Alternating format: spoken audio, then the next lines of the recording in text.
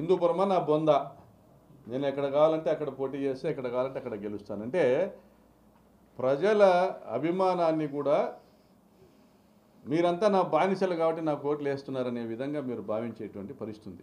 మీ అహంభావపూరితమైనటువంటి ఆలోచన విధానము ఇన్ని మైనస్ పాయింట్లున్నా ఈరోజు తెలుగుదేశం పార్టీ తల ఎక్కడ పెట్టుకోవాలో తెలియడంలే. అసెంబ్లీలో ఆయన మాట్లాడిన మాటలు రాష్ట్ర వ్యాప్తంగా అది తెలుగుదేశం పార్టీకి మైనస్ అయింది.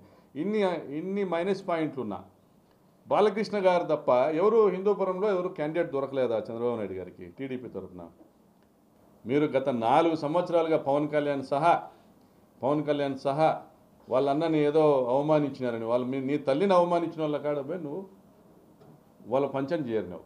నా తల్లిని అవమానించినారని 2009లో బయటకు వచ్చి ఆ రోజు ఊగిపోతా రెచ్చగొడతా నీ ఫ్యాన్స్ని నీ కులస్తుల్ని పోయి వాళ్ళ పంచన చేరినావు. నీ తల్లిని అవమానించిన వాళ్ళ పంచన చేరినావు, డిప్యూటీ సీఎం పదవి తీసుకున్నావు. ఈరోజు మీ అన్నను అవమానిస్తే నువ్వు నోరెత్తకుండా ఉన్నావు. వెన్నెముక లేనటువంటి పవన్ కళ్యాణ్ గారు, నాగబాబు గారు ఈ విధంగా రోషము పాశము ఏమీ లేకోకుండా కేవలం పదవులే ప్రామాణికంగా మీరు రాజకీయాలు చేయాలనుకుంటే చేయండి, కానీ సభ్య సమాజం గుర్తిస్తూ ఉంది బాలకృష్ణ పరిస్థితి ఏంది, పవన్ కళ్యాణ్ పరిస్థితి ఏంటి.